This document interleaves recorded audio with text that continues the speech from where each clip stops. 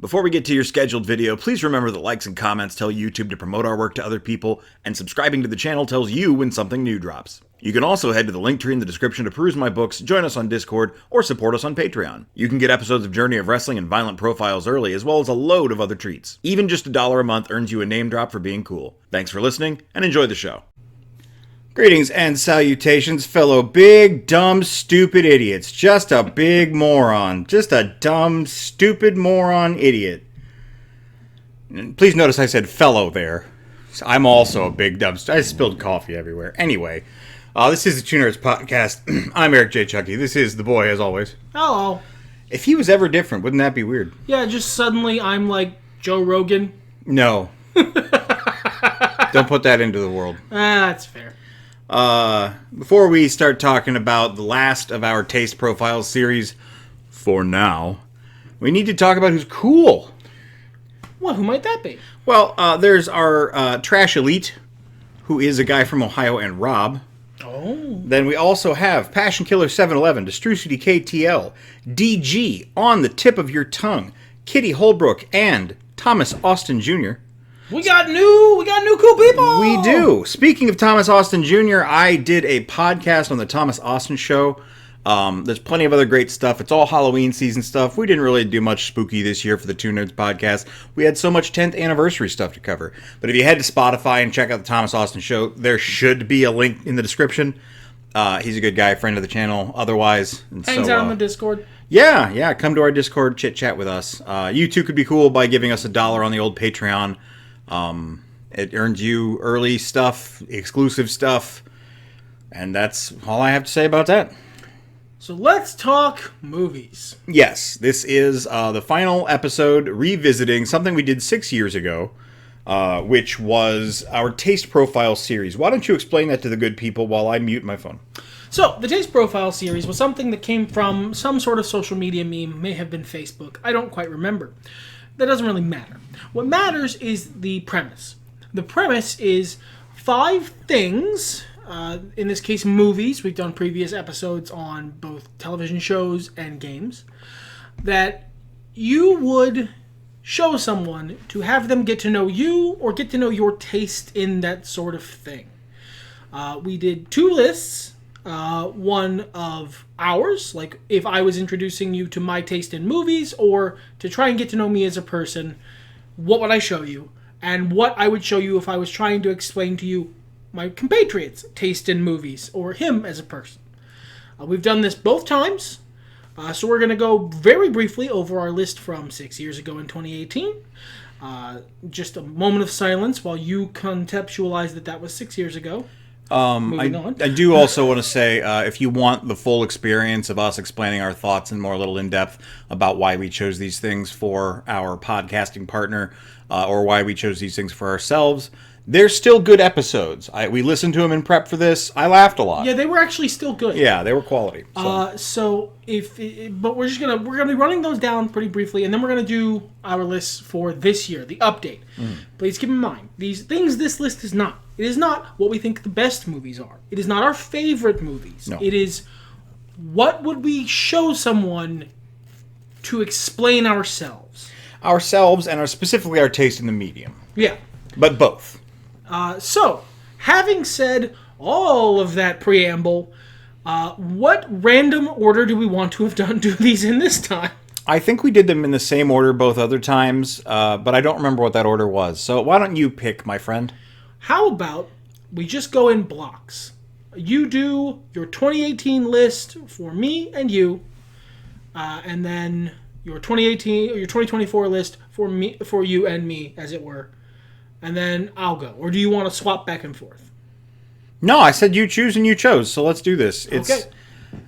No, all ways of approaching this feel like insanity. Much like when we actually review something on this show, talking about a thing on the show where we talk about things feels like taking crazy pills. To anyone up there who doesn't actually make content of any type, you can't know how insane this feels.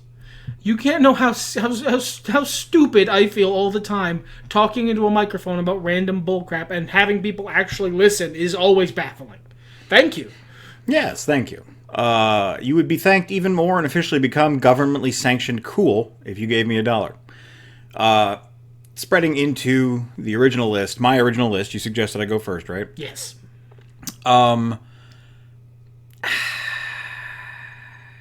Perhaps we should do what you thought and then what I had. Yeah. Just so they couple together a little better. So why don't you go ahead and read here. My list for you for 2018. Yeah, starting with these guys right there, highlighted. Oh, you're so nice to even highlight it for me. So, for 2018, I selected for White Raven, Return of the Jedi, the movie Turbo Kid, the movie Hard to Kill, The Devil's Rejects, and The Crow. I explained on those in lots of detail on the previous podcast. I'm not going to do better here. Go watch that. Yeah. Two of those were at the time among my favorite, top 3 movies, that being The Devil's Rejects and The Crow. So they were easy picks for me. I had It Follows instead of Hard to Kill. Hard to Kill was meant for you to be a representation of the dumb action movies I like, and that's accurate. It Follows was a really cool, atmospheric kind of horror film that I really dug the vibe of, and the soundtrack was really good as well. Kung Fury, that I guess was more what I had for my action movie slot. It was absurd and the throwbacky. same kind of very dumb action movie that you love. And I had Thor Ragnarok instead of Return of the Jedi. I really liked that film. I'm going to argue maybe a little bit of recency bias there. I may have also forgotten that Star Wars existed. Perhaps a sign of things yet to come. So in the modern era, you assigned me some movies. Yes, I did. So these aren't in specific numerical order. I don't think number 1 is the most. It's just how they came to me. The 5th one, the one that literally came to me first, was Teenage Mutant Ninja Turtles, the 1990.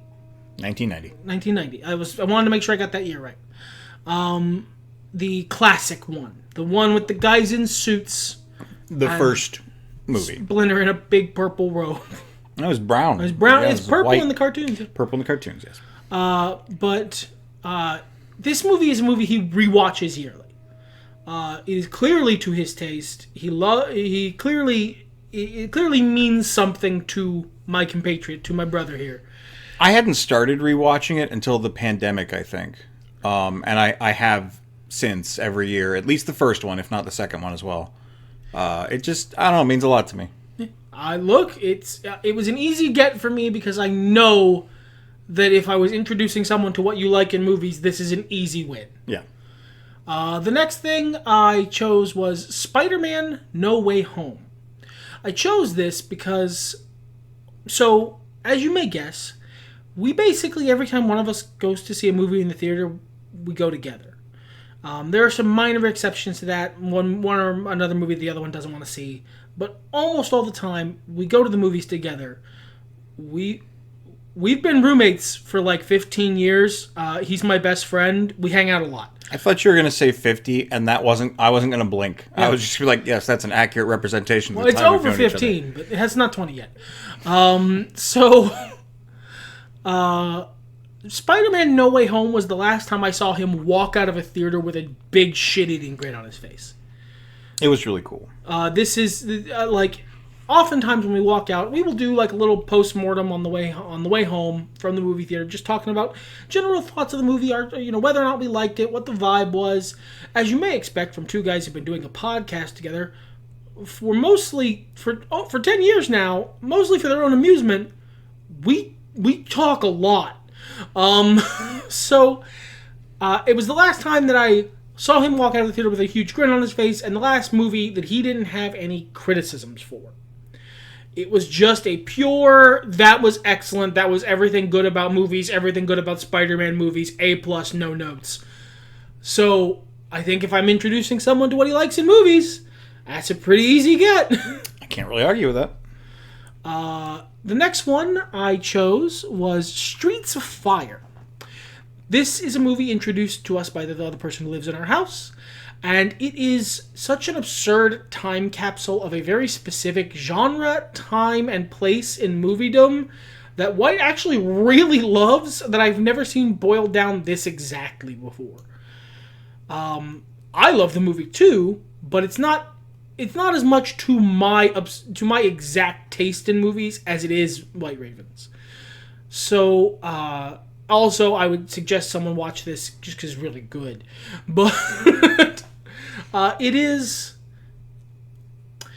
it's a very specific kind of movie. It's a genre they don't make anymore, or at least I don't see anymore. Not a lot, and if you do, it's not really pushed.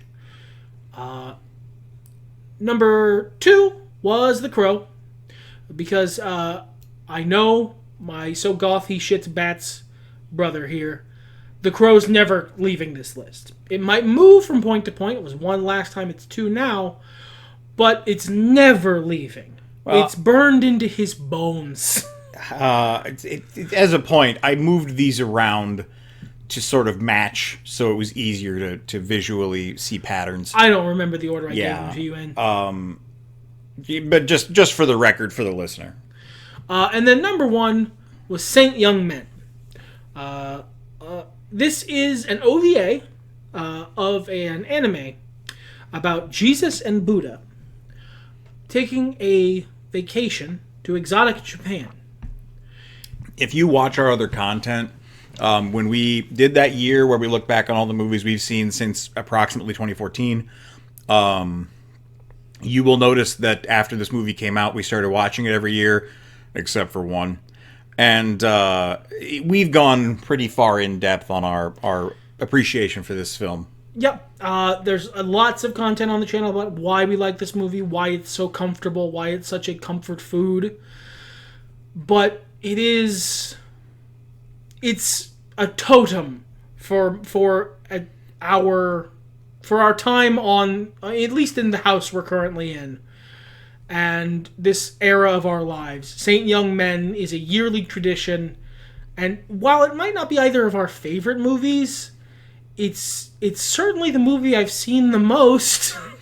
I would have a hard time arguing with that, and that's actually where I'll start on my list. I didn't have my movies list done until a couple of hours before we sat down to record. So I actually saw his guesses before I finished my list, and he reminded me that Saint Young Men exists. And because it's not one of my favorite movies, I like it. I like it a lot, and I'm comfortable with watching it every year, but I wouldn't put it in the top 20 probably. However, as this is a list that is supposed to inform what we like about the genre, about the medium rather, and about ourselves, this is a fantastic exploration of some of the dynamic between you and I. And one might argue one's opinion of one's best friend is important in exploring somebody. Especially two friends who are so close as we are. You know, most friends, sadly, even a lot of married couples aren't best friends. Most friends don't live together like that. I am lucky enough to live with 2 of my best friends. And it's fantastic. And we party all the time and just play Rock Band and eat pizza. No one's going to get that joke. No, because the person who made that joke doesn't even watch the show. Speculate in the comments, if you will. But it's too quintessential us. And it's here also representing what would have been the indie movie slot. It Follows kind of embodies this in the 2018 list. I don't watch them as much as I used to, but especially when I do watch an anime, I tend to prefer slice of lifey kind of stuff, grounded, king of the hill but weeb. And Saint Young Men has a lot of that, even though the 2 principal characters are Jesus Christ and Siddhartha, I think. Yeah. Maybe Gautama Buddha. I don't know. Anyway, Buddha. The Crow is also on there. I had to rewatch it. It's been a long time. In fact, I don't think I've rewatched that or The Devil's Rejects, which got bumped, since we started doing movie homework. So a very valid reason. We're looking at 10 years plus since I've seen those movies. To have to revisit them and ask myself, is this something that is still embodying me? And in the case of The Crow, yes. Much like Final Fantasy VI is firmament for a lot of my outlook on what is good about game design and what I like about media. The Crow, while I did experience it a little older, it just is so much of what I find beautiful and terrible about the world. It was really fun to watch it through older eyes, because a lot of the things that I took to mean one thing when I was a teenager, I take a little bit differently now and see from a different perspective, and that's pretty cool. You're absolutely right. When I finished watching it, I said, well, that movie is burned into my bones, written into my bones. I can't take it out. It has to be there. And I do like its filmmaking. It is very mid-90s, early 2000s in terms of its cinematography, but I like that cinematography. The flashes and the colors and the very stylized nature. You know, early industrial music is my jam, so... I quite like the movie. Yeah. It's just... This was, of all of the things on my list, this was the one I was locked in. I knew it was going to end up on your list. You were like, nah, I got to rewatch it. And internally I went, no, you don't, but okay. And I respect that of you. I also rewatched The Devil's Rejects. I'll touch on that briefly. It used to be one of my favorite films. I still think it's a really good horror film. If you can get past some of Sherry Moon's mediocre acting in the first 15 minutes... she really turns it on after that. Yeah, it really ramps up from there. But Sid Haig and, I keep forgetting his name, Bill Moseley, are absolutely irreplaceable, cementing themselves as icons in the horror industry when they didn't need to. They already did. Fantastic film, really funny, really celebrating 1970s filmmaking styles without being too throwbacky. But I'm not, in general, as big on horror as I was. I don't hate it or anything, just not as big on it. And I'm just a different person now. So while I still appreciate it, I don't think it's a great thing to showcase people to learn about me necessarily. I can still quote 75% of the movie, but still. Didn't have Streets of Fire on my list. Good pick. I will say Streets of Fire's oeuvre is covered by two other films that were on my list. The Crow, which I just mentioned, and of course the 1990 Teenage Mutant Ninja Turtles film. For all the reasons I mentioned. Beyond it being one of the few fandoms that have survived into my approaching 40s from childhood, from as far back as I can remember, and that's like age 2. I just really like the movie and what it's about. The humor, the tone, the morals, the look, the action... It's exactly the kind of goofy but meaningful shit that I embody, I think, and I like to see in media. Streets of Fire kind of marries those concepts. It's the gritty, it's the tragic, it's the goofy, it's the absurd, it's the action, it's the drama, it's Willem Dafoe. But instead, I went with Fellowship of the Ring. And I almost went for Return of the King because they're the parts that I think Fellowship does well. Return of the King might do better, but Return of the King also does some shit worse. Basically, Return of the King has a bunch of stuff Fellowship doesn't have to address. Yes. And yeah. Fellowship benefits by being the first movie in the trilogy. Return of the King suffers by being the last. Yep. Two Towers is pretty good. But I went with Fellowship because at my heart, I like fantasy stuff. Anytime we're sitting down to play a tabletop role-playing game, I'm always more excited for fantasy. I love the idea of exploration. I love the characters in this story in specific, the sets. I love the effort and detail that went into making this film. This is how you translate a movie, you know, from a book or what have you, from another source material, while cutting things, but still preserving everything important. And I don't know, it's pretty good. You know, if you guys weren't around back then, and some of you weren't, and that blows my mind, give the Lord of the Rings movie trilogy a watch. They're pretty good. I can't say the same for The Hobbit. They're okay.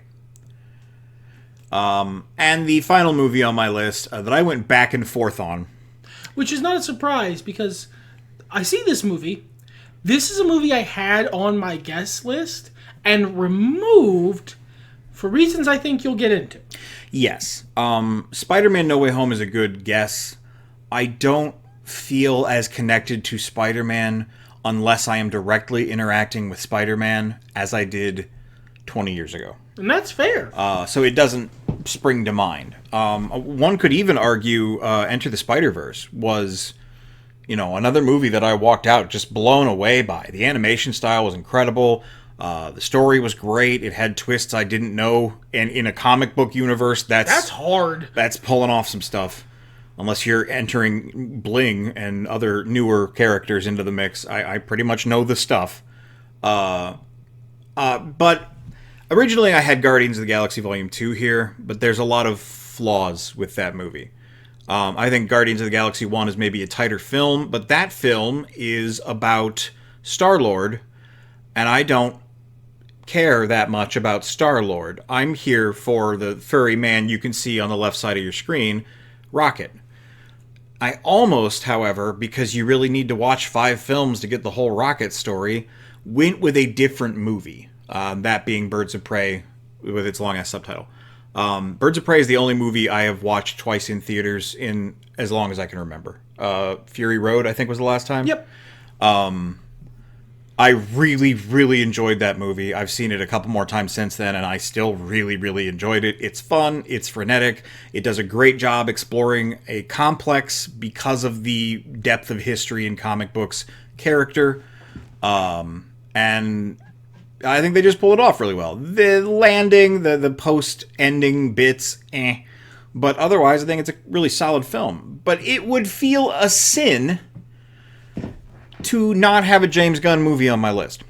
He is one of the most reliable filmmakers of our age. He's somebody whose work I really enjoy and really speaks to me. So for a minute, I considered Suicide Squad. But as much as it does have Harley in it, and it does do a lot of things I really love, we did a whole podcast on it, you can go to that for that, Rocket's not there. And he is the character I've cared about the most in media in the last 20 fucking years. And that means something. So, while I was originally avoiding Volume 3, because, again, you can go back and listen to our podcast on it, it gave me what I believe was a severe anxiety attack bordering on shock to walk out of the theater on. It took me like a couple of weeks to even be able to talk about it. It does so many things well from a filmmaking standpoint, and it is the most of Rocket's story you can get in one film. Because I feel like Endgame is just as important to Rocket's tale as any other movie, probably more important than anything but 3, and even then on equal footing. I can't describe to you how it felt going into the theaters and watching them not in a Guardians movie, in one of the collective films, seeing Rocket be a main character with nuance and growth and, you know, the kind of treatment you would give to any other character for a furry little raccoon man. It was like, it was the first sign that this was important, that they were doing this character justice. And that was exciting. So I've chosen the culmination. Guardians of the Galaxy 3 is otherwise a fantastic film. I'm not going to talk anymore about it, except to say that the opening of this film is one of the best I've ever seen in filmmaking. You can go to our Guardians podcast to find out why. It's just brilliant. And with that, we'll take it over to you. In 2018, the movies I suggested that you might show to somebody to show off your taste, to show off you, were Guy Ritchie's Snatch, V for Vendetta, Iron Man 3, the animated Justice League Doom, and Killer Elite, which I even admitted at the time was a bit of a cop-out answer, but I wanted something that represented what you like about action films. I like that we both went for that vibe. Yeah. You grabbed Hard to Kill, I grabbed Killer Elite. None are quite perfect, but they are an entry in the series. Yeah, it's a vibe. In 2018, I did pick a Guy Ritchie movie. It wasn't Snatch, it was Revolver, because it combines both my love of that era of Guy Ritchie's filmmaking and the kind of action movies that really speak to me. It's also more cerebral. I think it might be his most cerebral film. I think so, too. It's one of the reasons I think it's my favorite Guy Ritchie movie. I would really suggest you give it a watch. I picked Captain America Civil War because it was, at that point, my favorite MCU movie, and I think a genuinely good thriller, even separate from the comic book stuff. I picked The Dark Knight because it was, at that time, my favorite Batman movie, and still holds up, I think, although that one I am more likely to say has more issues that I can recognize now. I picked V for Vendetta which is stylistically nearly a perfect movie. It just, you can't do much. He's moving the list around. And I am. I'm distracted. But stylistically, you can't do much to improve V for Vendetta. I recognize it's different from the original Alan Moore comic, and that's good. It's better. Fight me, nerds. And then I picked Guardians of the Galaxy Volume 1. At the time, I believe it was because, one, it's an excellent ensemble movie that felt like something that would happen at a D&D table that I was at. And it was just a really good breath of fresh air of a movie. I go into a lot more details on the list from on the podcast from back in 2018. Watch that for more detail. I did mean to say as well, you will notice there's not a Star Wars movie on my list now. You didn't even select one for me. I have fallen so far from loving Star Wars. Even though I thought Solo was a really good film, it disappoints me that I'm just not a big Star Wars fan anymore. That was a part of who I was for a long time. But you know what? I'm not bitter at the people making the movies about it. I accept that we've both changed. I think that's... It's an amicable split. Yeah. Unfortunately, I noticed we grew apart and we shook hands and went our separate ways. And sometimes I still bitch bitterly about what they did to Hutts. Anyway, the movies I picked for you this year were Ocean's 11, which should have been the Killer Elite replacement, but I've never seen it. He has seen it now. I have since seen it. Finally got him to watch Ocean's 11. Honestly, you can thank one of our mysterious benefactors on Patreon. It was all them. They requested we do the movie for the show, and thus I was forced to watch it. Thank you very much. I chose Guardians of the Galaxy Volume 3 because I've met him, and it didn't give him a panic attack and anxiety and all that.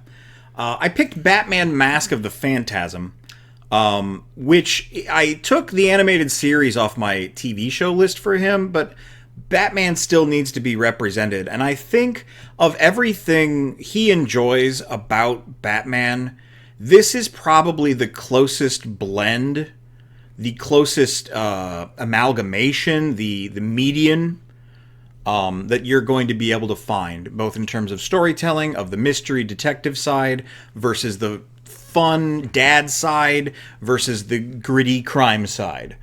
And then Avengers Endgame, because he's not like me and doesn't see that as an event.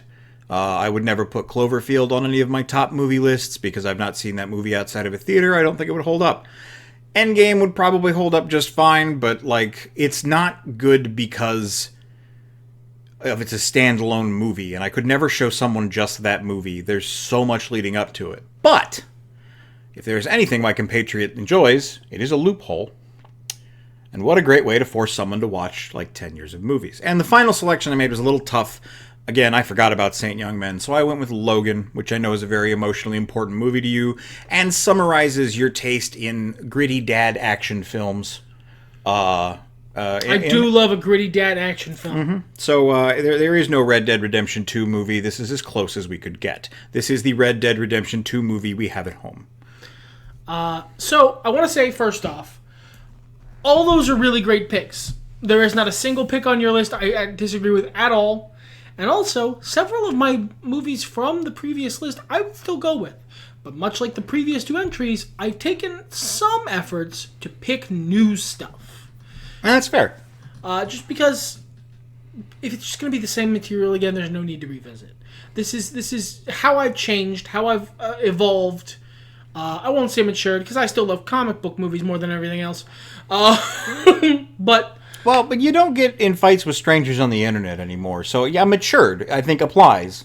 So, I don't have Ocean's 11. It's a great movie. I love it.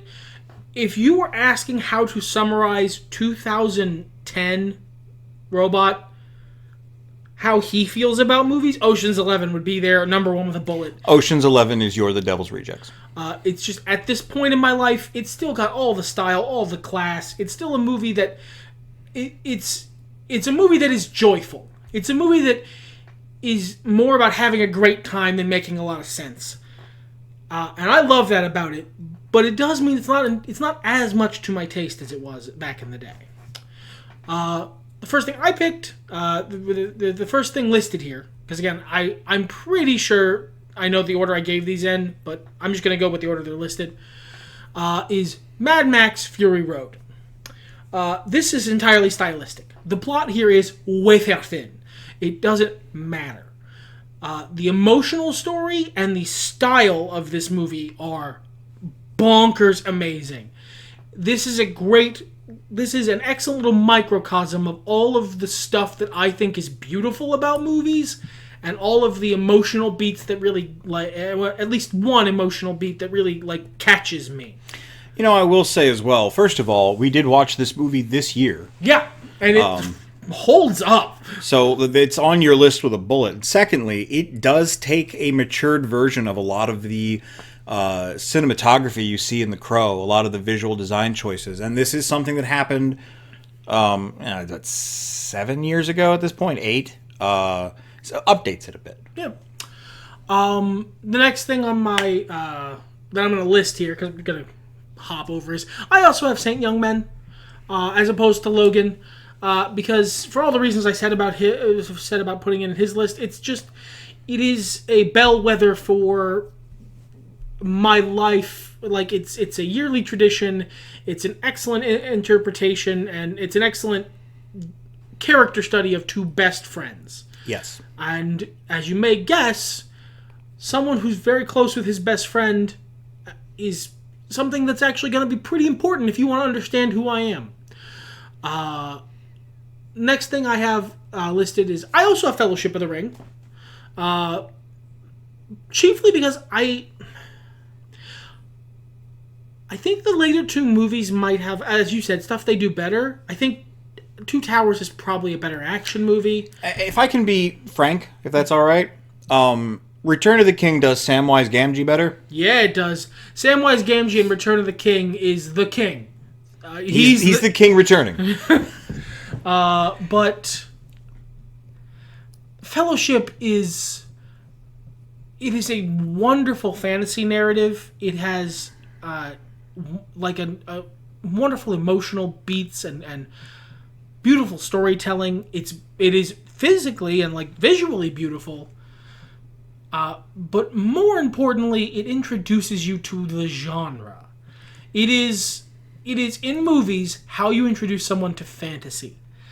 And fantasy fiction is probably the thing I've spent the most time in my life absorbing and telling. Way more than superhero fiction, for all that I talk about it so much on this podcast. I read so many more fantasy books than you guys ever know. And then I have Avengers Endgame he called me out, the bitch. I know you. Avengers Endgame is peak. It is peak fucking fiction. It is... So, one of the reasons I like Pirates of the Caribbean at World's End is that it is a climax of a movie. It is the third act to the first two acts of the original movie and the second movie, which I don't remember the name of.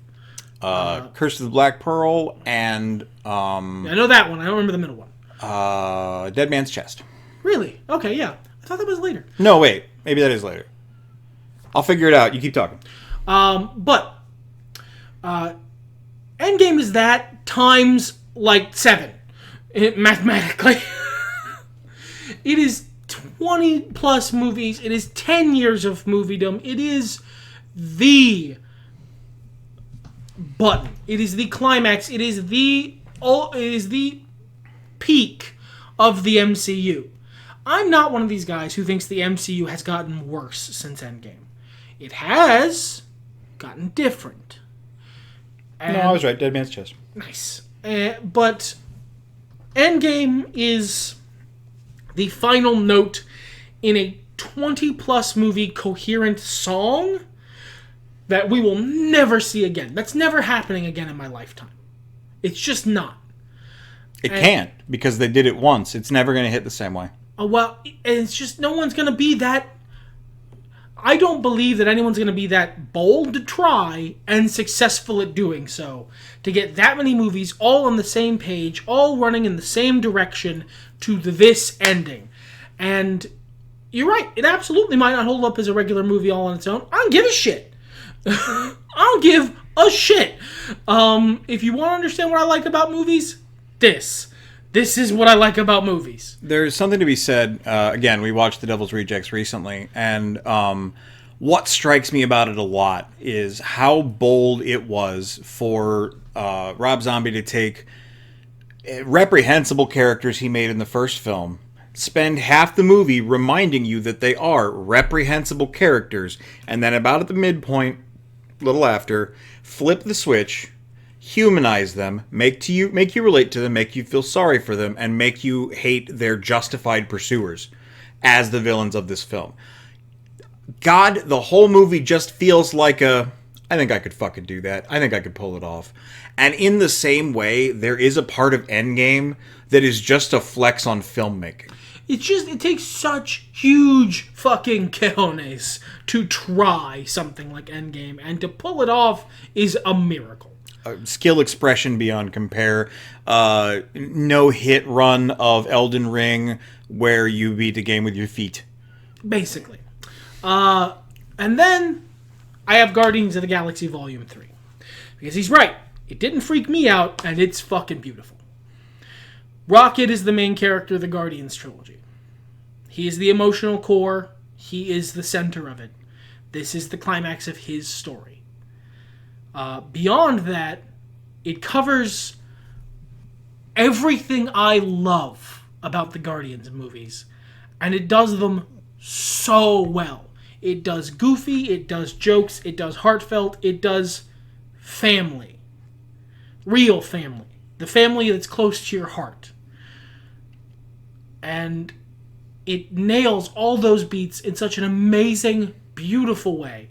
And it has the best MCU villain. Oh, yeah. Good Lord. What a great acting job. That guy kills it. He is the most genuinely hateable motherfucker I've seen since Joffrey. I don't like using High Evolutionary in my Marvel Snap deck because of him. It is an absolute triumph that I physically hate a fictional character that much. No notes. A+, S+. Fucking, I got nothing. It's perfect. I wish I'd had more mental wherewithal and or time upon realizing that there was a clock ticking to take a deep breath and watch Guardians 3 again to see if I could just, with a bullet, without, exception, say, yes, that's where this belongs on the list. No argument, no caveats, no hemming and hawing. One thing I would also like to point out, when we watched the first Guardians movie the first time, I remember saying, this is like the new Star Wars. Yeah. And Star Wars is absent from my list. Guardians is still here. Guardians is here. Star Wars was suggested for my old list, not suggested here. So yeah, things have changed. This is what I like about sci-fi. I don't like the Marvel cosmic stuff in the sense of like the Shi'ar Empire and the space MacGuffins and that kind of thing. But this stuff, Star-Lord, who I think is the weakest part of the third film, running around out there being a dumbass and Corsair, it's great stuff. When are we going to get him in a movie? I'd like that. Soon, maybe, given how things are changing. Rights issues and all that seem to be clearing up. Yeah.